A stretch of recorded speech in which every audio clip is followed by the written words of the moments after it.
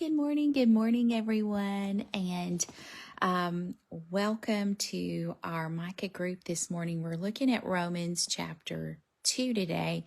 And I wasn't even going to go live with this, but it spoke to me so strong and really connected the dots for the book of Acts that we've been going through as well, and the testimonies that we're going to be sharing in the next few weeks.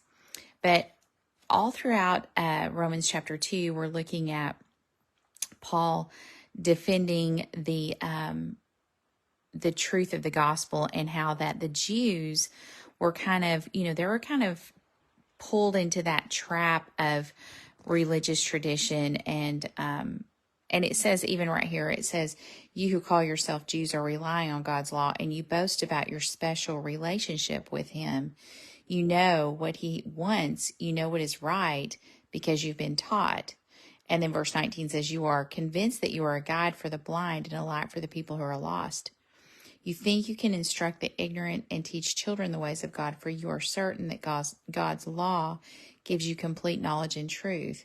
And then he goes into saying, if you know these things and you're teaching others, why aren't you doing them yourself? Why, if you're teaching against stealing, why are you stealing? It's just living just a hypocrisy. Really, that's what it is. But this is the part that I wanted to tie in with what we've been learning. Verse 29 says, no, a true Jew is one whose heart is right with God. And true circumcision is not merely obeying the letter of the law. Rather, it is a change of heart produced by the Spirit. And a person with a changed heart seeks praise from God, not from people. So I'm sitting here thinking, no matter what place God has brought us from, whether we were raised in church and know the scriptures, the only way we can be called a true Christian is when our heart is right with God. It's not just what we've learned growing up. It's not just how we look or how we don't go here or we don't do this, not all the rules. It is really about a right relationship with God. And what he says right here is true circumcision is not merely obeying the letter of the law. It is a change of heart. Notice this, produced by the Spirit. So without the Spirit of God, we cannot produce the change. And how does that Spirit come? We've been studying that. The Spirit comes by surrendering our life to God and giving him ourselves and relinquishing our rights. Now, a lot of people have asked questions about speaking in tongues, and I want to hit this for just a minute because there's confusion in this.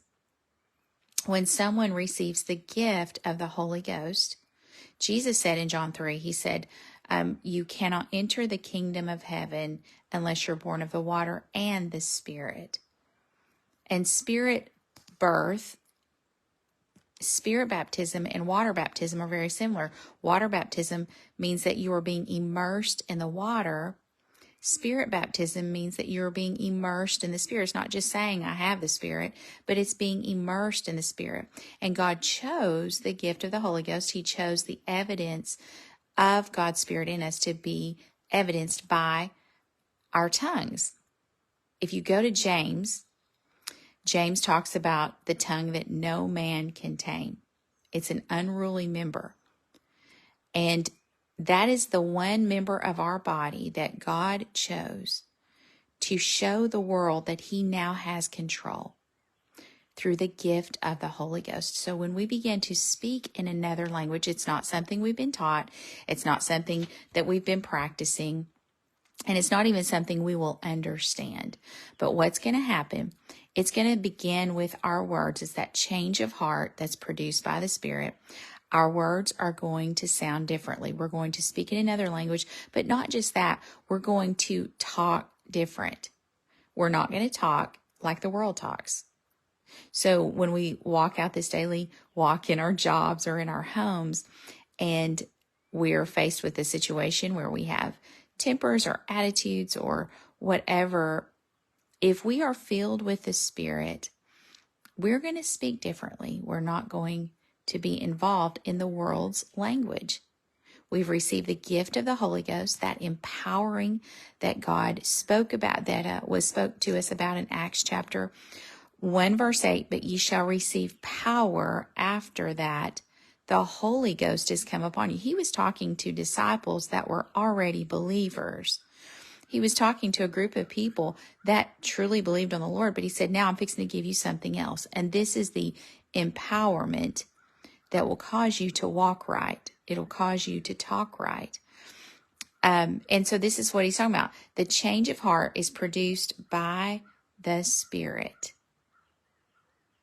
Think about this. Think about the things you're struggling with. If you have not received the gift of the Holy Ghost, this gift is for you to empower you to overcome and have that change of heart. Now, I know that some of you might say, well, I know someone that has received the gift of the Holy Ghost and, they've made some bad decisions and they're not being a light. Because I'm going to be honest with you, it takes a renewal. You have to renew yourself in the Spirit daily. Daily renew yourself. I don't want to walk in the flesh. I want to be led of the Spirit. And that takes the gift of the Spirit. It takes the gift of the Holy Ghost, renewing myself, renewing my mind, every day giving myself back to the Lord. And it's a daily decision, not just a one-time thing. We can say, one time, it's a one time I give myself to the Lord, but then we can live just like the world and deny what we've confessed. I don't know if that makes any sense, but I believe that a change of heart, maybe you're struggling with something in your life. Maybe it's just something you feel like you cannot overcome. I've heard one person say, well, that's my cross. Well, the cross is not the flesh. The cross is the things that God calls us to walk through, but not the flesh. We battle the flesh. The flesh is not the cross. It's not our cross to carry. So if we're battling with fleshly things like an unruly tongue or lust, or, you can look up the works of the flesh in Galatians. If we're battling the works of the flesh, maybe we need to understand that I need to be empowered by the Spirit with a heart change. Right here. Let's read it one more time. No, a true Jew is one whose heart is right with God. Or let's say a true Christian. And true circumcision is not merely obeying the letter of the law. Rather, it is a change of heart produced by the Spirit. So you're talking about someone that's trying to do good, trying to do the best they can, but they're struggling because they're doing it in the flesh.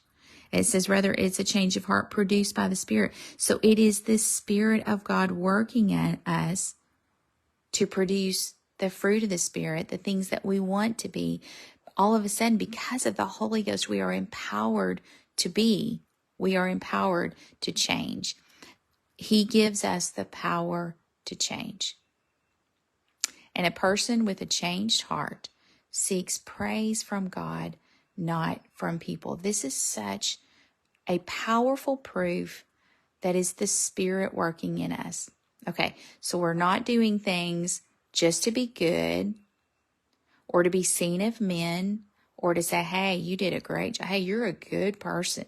Man, look at you. Look at all the good things you've done. No, we're not doing that for that. But the difference is when the Spirit produces the heart change, then we are being changed with a heart that seeks praise from God. It seeks God's affirmation. Okay, I don't know if this has made any sense to any of you all, but I just had to share that because I thought how well that tied in with our study in the book of Acts and the testimonies we're going to be sharing. We're going to be sharing some testimonies about women that have found the change of heart because of the infilling of the Spirit. I hope you guys have a great Sunday. Listen, go to church, worship God, open up your heart, open up your mouth and say, Lord, if this gift is for me, I want it. Because there's no man that can give us the gift of the Holy Ghost anyway. But if you are willing, if you are open, if your heart is ready to receive, you better watch out. God is going to pour it out on you. It's going to be an amazing thing, and it's going to give you the power to change. God bless.